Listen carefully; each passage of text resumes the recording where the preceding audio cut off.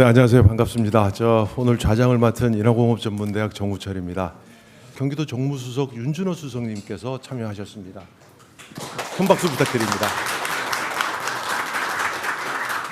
네, 그리고 건설생활환경시험연구원의 최재석 센터장님,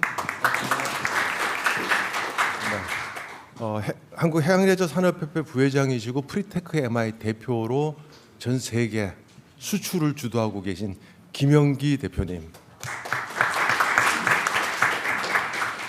네, 그리고 해양수산부 김홍기 사무관님이 참여하셨는데요. 중앙부처에 건의하고 싶으신 분이 있으면 적극적으로 건의 부탁드리겠습니다. 네, 그리고 중소조선연구원의 임장곤 수석님. 오늘 발표하신 내용에 대해서 먼저 김영기 대표님께서 질의 토론이 있겠습니다. 저는 이제 해양레저산업협회 지금 현재 부회장은 그리고 프리테크 MI 김영기 대표라고 합니다. 저희 회사는 현재 지금 전 세계 한 90개국에 저희 조타 장치하고 이제 컨트롤 이런 제품을 전기 엔진도 이번에 2년 전부터 새로 연구 개발해가지고 제작하고 판매하고 있는데, 저희 이제 시대가 바뀌다 보니까 항상 저희 제품들은 가솔린 엔진이라든지 이쪽에 들어가는 부품 이 주로 상품이었는데, 제가 이 3년 전부터 자꾸 약간 위기감을 좀 느끼기 시작했어요. 계속 이 제품을 가지고 수출은 계속하고 회사는 운영할 수 있겠다고 생각했지만 자꾸 미래가 좀 불안해지기 시작하더라고요. 그래서 이제 마음을 먹고 전기 추진체, 선회기 전기 추진체를 투자 및 연구 개발을 시작해서 저희가 115마력, 90마력 그리고 최근에 이제 20마력까지 제품 생산을 준비를 했고요. 아직까지 지금 이 전기 추진체의 이 경기가 올림픽 전에, 파리 올림픽 전에는 좀 있었어요. 수요가 좀 늘어나기 시작하고 그랬었다가 지금 이제 미국의 영향이 좀 있는 것 같아요. 현재 지금 미국 쪽에서는 전기 추진체에 대한 디맨드가 거의 없습니다. 유럽에는 좀 있었어요. 근데 이게 가격이 그냥 아웃보드, 그러니까 가솔린 엔진하고 너무 차이가 나다 보니까 이제 디맨드가 자꾸 떨어지기 시작하더니 지금 현재로서는 거의 남아 있는 전 세계 전기 추진 업체 제조업체도 현재 되게 어렵고, 그리고 미국에 있는 회사는 몇 개 벌써 이제 파산한 회사도 있고, 매출은 거의 없을 정도로 힘들어하고 있는데, 그래도 저는 이거는 뭐 현실의 아픔이긴 하지만 미래에는 분명히 전기 추진체로 분명히 갈 것 같고, 그리고 거기에 대한 준비를 저희 회사가 아니면 우리 한국이 준비하지 않으면 이게 후퇴가 될 것 같더라고요. 그래서 약간 생존 위험을 느끼면서 준비를 했고요. 저희가 이제 조차 장치나 컨트롤을 하다 보니까 소비자들이 엔진에 또 필요한 이게 어떻게 해야지 니치 마켓을 좀 캐치를 하게 됐어요. 그래서 지금 현재는 저희가 새로 만든 컨트롤 쪽에는 전기 추진체하고 가솔린 추진체를 같이 움직일 수 있는 제 컨트롤 레버를 저희가 전기 쪽으로 개발을 했고요. 그것이 이제 이번에 15일 날 다다음 주에 있을 암스테르담 전시회에 처음으로 출시를 합니다. 아마 저희가 세계 최초로 아마 출시를 할 것 같아요. 이게 간단한 제품인데 여지까지 아무도 건드리진 않은 이유는 이제 전기 쪽에 대한 디맨드가 아직 많지 않다니까 손님들이 시장에서는 별로 환영하지 않고 있다가, 하여튼 준비는 해야 된다고 생각하고, 그리고 오늘 주제를 봤을 때 AI라든지 그리고 이 신재생 에너지 추진체라든지 이런 거가 분명히 저는 믿어요. 적어도 5년 안에는 이게 현실화되면서 우리 레저 보트 쪽에서도 분명히 이 트렌드로 옮겨갈 것 같고, 거기에 대해서 준비를 할 수 있는 게 대한민국이 정말 제일 좋은 조건을 가지고 있어요. AI라든지 저희 배터리라든지 전기라든지 자동차 산업이 워낙 발전돼 있으니까 이 기반으로 해서 얼마든지 제품을 개발하고 준비할 수 있을 거라고 저는 생각합니다. 그래서 항상 미래를 준비하고 그리고 변화에 빨리 적응할 수 있도록 미리미리 준비하면 좋은 결과가 있지 않을까 그렇게 생각합니다. 네, 저 최근에 여러 발표하신 분들도 말씀하셨지만 잠시 이 산업이 주춤하다는 이야기를 해요. 근데 이제 과거에 조선 산업을 보면 막 성장을 하다가 잠시 주춤하는 단계가 한 번씩 있거든요. 근데 그때 어떤 계기가 있으면 그 산업이 다시 발전을 합니다. 예를 들면 80년대 후반에 80년대 조선 산업이 막 성장하다가 잠시 주춤했을 때 어떤 사건이 있었냐면은 알래스카 연안에서 엑슨발데스 기름 유출 사고, 알래스카 연안을 회복하는데 100년이 걸릴 거다라는 이야기가 있을 정도의 대형 기름 유출 사고가 있었거든요. 여러분 잘 아시는 태안반도 기름 유출량의 약 70배 정도가 유출이 됐었어요 그때. 그러면서 모든 선박은 이중으로 만들어라 껍질을. 그게 국제 표준이 되면서 조선 산업이 새로운 단계로 한 단계 성장을 한 계기가 됐어요. 그런 관점에서 본다 그러면 아까 여러 발표자님들께서 말씀하셨듯이 AI가 다시 새로운 도약의 기회가 될 것 같은데 많은 발표가 있었지만은 어디죠? 우리 센터장님께서 아까 AI에 대한 아주 열정적인 또 말씀을 하셨는데 이 AI가 우리 해양 레저 산업을 어떻게 이끌지 개인적으로 혹시 의견을 있으시면은 네네. 아까 제가 간단히 좀 말씀드렸으면은 AI가 사실 굉장히 혁명이지 않습니까? 이게 그 개인적으로도 그렇고 국가적으로도 그렇고 AI 활용 능력 자체가 그 산업의 산업을 좌지우지할 정도로 굉장히 그 큰 혁명이라고 할 수 있는데 그 여러분 개인도 그렇고 이제 나중에는 사실 그 미래학자들은 그래요. AI 때문에 빈부격차가 심해질 거다라고 얘기하는 거예요. 결국 그건 나라로 볼 때는 국가적으로도 같은 얘기거든요. 그래서 해양레저 산업에 있어도 그 기회, 지금 아까 정우주 교수님 말씀하신 것처럼 AI를 어떻게 활용하면 좋을까? 우리가 사실 머릿속으로만 생각할 것이 아니라 모든 지금 우리가 스폰지 같이 뭔가 습득을 해야 되는 거고요. 저도 그래서 지금 최근에 AI 공부를 좀 많이 하고 있습니다. 그래서 그 최근에 제가 개발자가 아니거든요. 제가 그래서 최근에는 저는 예를 들어서 이제 그 코딩을 할 수 없지만 말로 코딩을 해가지고 그 어플을 하나 만들어 볼 수 있는 우리가 그런 시대가 됐거든요. 근데 개발자가 필요 없는 시대가 된 거예요. 그러니까 사실 그런 그 큰 변화의 시대에서 그러니까 해양 레저의 산업의 우위를 좀 차지하기 위해서 우리가 지금 기회를 뭔가 빨리 잡아야 되는 건다. 그래서 각 분야에 여러 분야가 계시지만 저는 이제 시험 인증 표준 쪽에서 얘기하다 보니까 그 과거 옛날에 뭐 VHS 테이프가 있었던 이제 베타 테이프가 있었던 시절이 있었잖아요. 둘 중에 하나는 죽었잖아요, 그게. 그러니까 그만큼 미래를 준비하고 내 기술을 더 보강하고 그 기회를 잡았던 회사들은 살아남았던 거죠. 그러니까 개인으로도 그렇고 회사로도 그렇고 국가적으로 놓고 볼 때 AI에 대한 어떤 미래 5년 뒤에 어떤 일이 벌어질 거를 우리가 빨리 상상을 하면서 거꾸로 생각해서 지금 내가 뭘 해야 될지가 나와야 될 것 같아요. 제가 생각할 때. 그래서 그런 거를 준비하는 지금의 어떤 그 서로가 좀 됐으면 좋겠습니다. 이상입니다. 네. 좀 제가 생각을 했을 때 해양 레저와 이제 AI에 대한 부분들은 그 장비적인 측면에서 본다고 하면 지금 현재 그 우리가 이제 뭐 자율 운항이라든지 저기 이제 라이센스나 여러 가지 경험이 없는 이런 분들이 빠르게 그 레저 활동에 좀 이렇게 진입할 수 있도록 도와주는 그런 핵심적인 그 도구로 지금 이제 장착 그 들어올 걸로 좀 생각이 좀 되고 있고요. 그리고 지금 해양 레저도 어차피 그 결국에 사람이 지금 하는 거지 않습니까? 그래서 웨어러블 디바이스라든지 이런 걸 통해서 여러 가지 데이터를 받고 그다음 그 데이터 따라 가지고 장비가 어떤 반응을 해주는 그런 쪽에 대한 부분들이 먼저 시도가 좀 일어나지 않을까. 그 다음에 그 레저포트나 이런 것들 이제 활용하는 데 있어서 이제 특히 안전에 대한 부분들 이런 부분들 관련해서 스스로 진단을 해준다든지 그래서 인간이 좀 캐치하기 어려운 그런 부분에서 이제 보조를 해주는 그런 시스템 쪽으로 실제 해외에서도 그렇게 좀 가고 있는 것 같아요. 컨텐츠 자체가.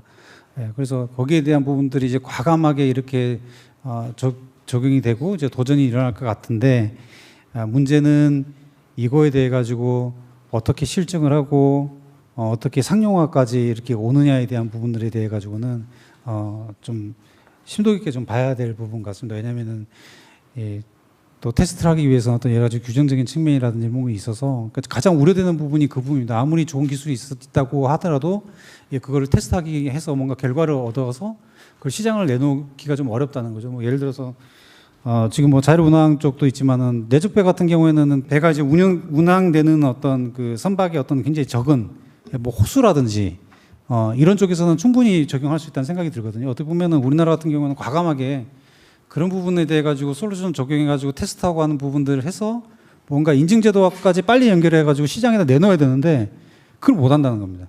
해외에서 만들어 놓게 되게 되면 그거 이제 우리가 그냥 갖다가 쓰는 이런 거밖에 안 되거든요. 그래서 AI 같은 경우에는 그냥 저희 솔루션은 상상에 맡겨져 있다는 생각합니다. 이제 그걸 사업화를 하는데 그걸 얼마만큼 이제 정부나 이런 쪽에서 잘 규정이라든지 이런 것들을 유연하게 좀 대출을 해주느냐에 따라서 우리가 먼저 가고 늦게 가고에 좀 차이가 있다는 좀 생각이 듭니다. 지금 그게 제일 중요하다고 생각해요.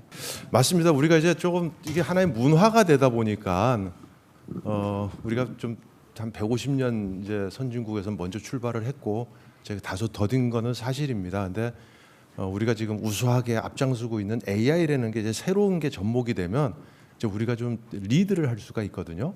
그래서 그 리드를 경기도가 하겠다. 기반이 잘 구성돼 있다. 뭐 이제 이런 의견들이 많아요.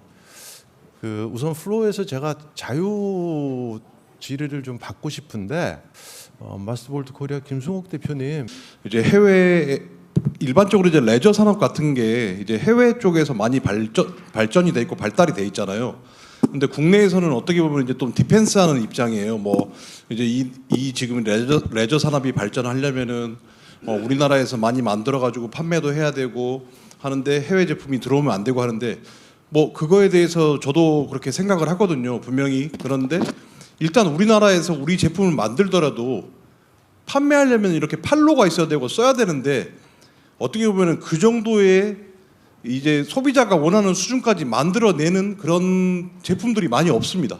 그렇다 보니까 정부에서는 그래도 우리나라 산업이니까 이걸 막으면서 레저 산업을 올리겠다.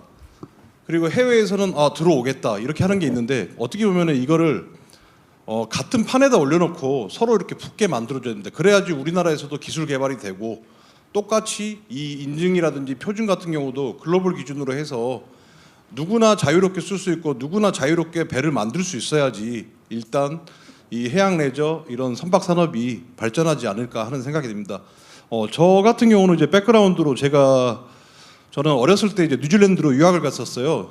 하려고 하는 게 이제 배를 이제 공부하기 위해서. 그래서 이제 뉴질랜드에서 현지 대학교에서 이제 한국으로 하면은 조선공학이었죠. 이제 이런 소형 선박 쪽으로 전공을 하고 현지 회사에서 계속 일을 하다가 제가 2016년에 와가지고 한국에서 이제 제 업을 차리면서 지금 거의 한 10년이 되는 시간 동안 관망을 했는데 그런 게 좀 방금 전에 제가 말했던 게 좀 부족하지 않나라는 게 생각이 듭니다. 진짜 어떻게 보면 좀 진검승부를 해야지 모든 게 같이 발전할 수 있다고 생각합니다. 이상입니다. 이봉길 전문위원님께서 저 국무총리실 규제개혁위원회에서 이쪽 해양레저 산업 규제 개선을 위한 노력을 참 많이 해주셨어요. 그래서 이제 오늘 또 귀한 걸음을 하셨는데 혹시 앞으로 조금 더 저희가 발전을 하기 위해서는 어떤 분야가 더 규제가 해결이 되면 좋을지에 대한 의견 한번 좀 부탁드리겠습니다.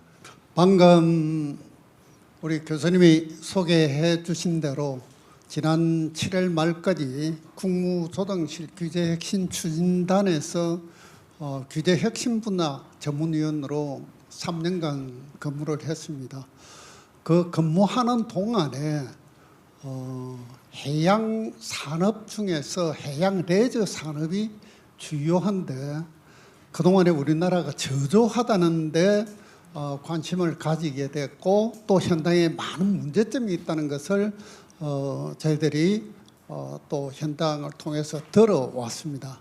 그 과정에서 일부 현장 또 현장의 그 불편한 점 뭐 이런데 규제 중심으로 검토를 해 왔는데 해서 사실상 저희들이 정부 규제 개선 과제로 해서 지난 2004년도 8월 13일자인가 발표를 한 바는 있습니다.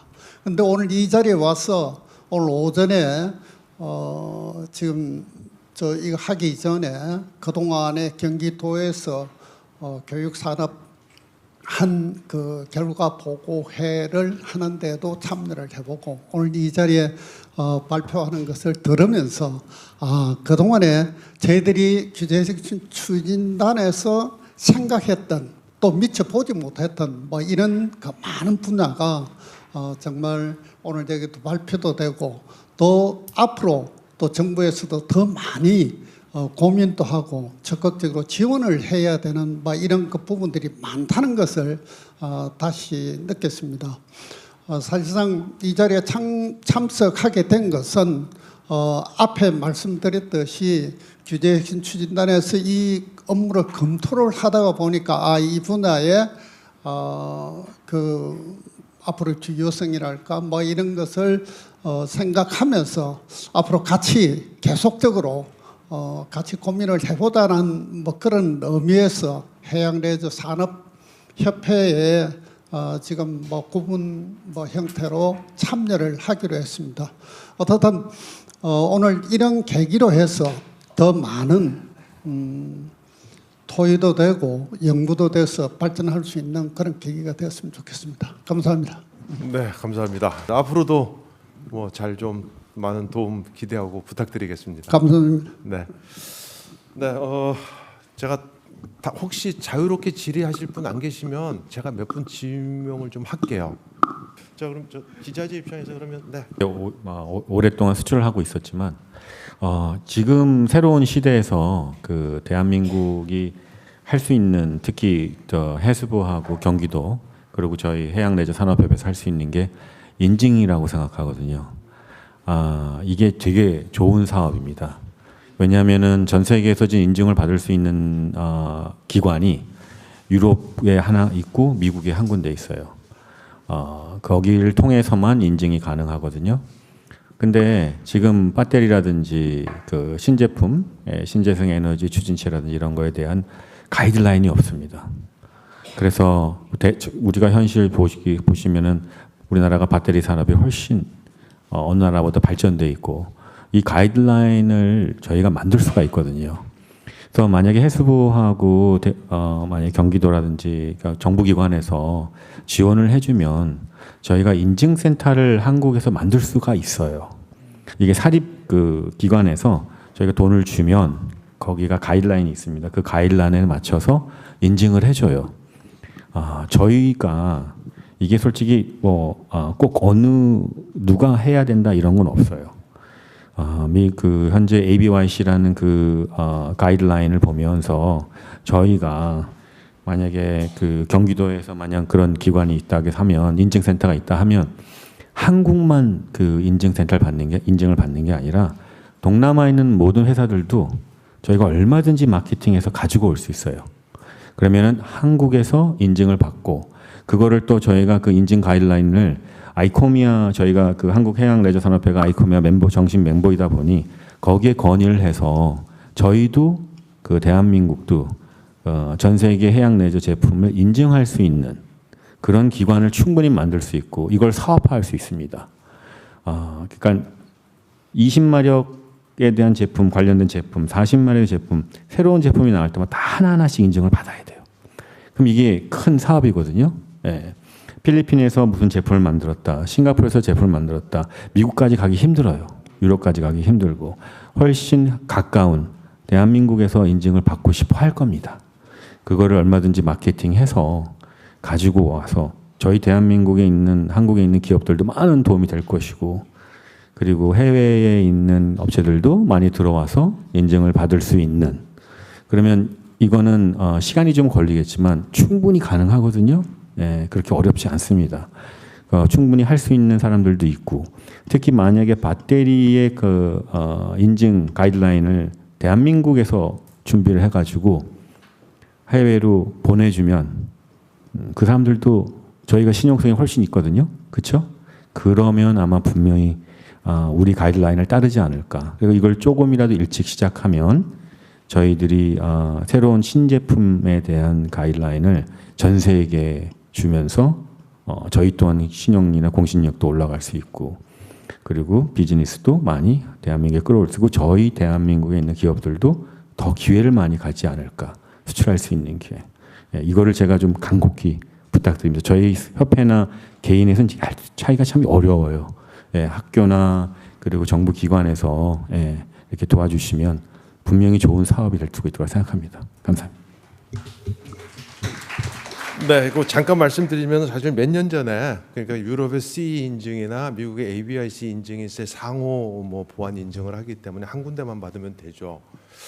그 유럽 CE 인증을 해주는 그 상위 기관 임시라고 하는 기관하고 저희가 네트워크를 한번 가지면서 한국에서 동남아시아 거점 인증센터를 하나 만들고 싶어서 막 이렇게 교류를 하다가 뜻하지 않게 중단됐습니다. 그 추진하던 게. 그참 우리 최재석 박사님하고 열심히 쫓아다니다가 결국은 못했는데요. 혹시 최 박사님 그 아쉬운 한 말씀 하시죠? 너무 아쉽습니다.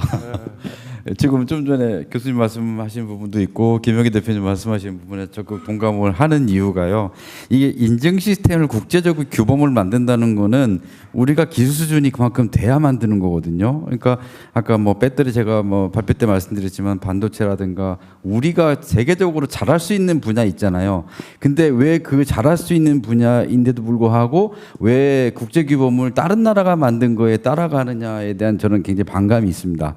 우리가 2000년 초반에 제가 한 예를 들면 KS 표준을 하나 만들 때는요. 그때는 소재 같은 걸 표준을 만들 때 제가 연구해서 제가 데이터를 낸 거에 대해서 KS 표준안을 내면 평가원들이 믿어주질 않았어요. 대신에 일본 표준을 갖다가 보여주면 그냥 그대로 번역해서 KS를 만들었던 시절이 있었어요.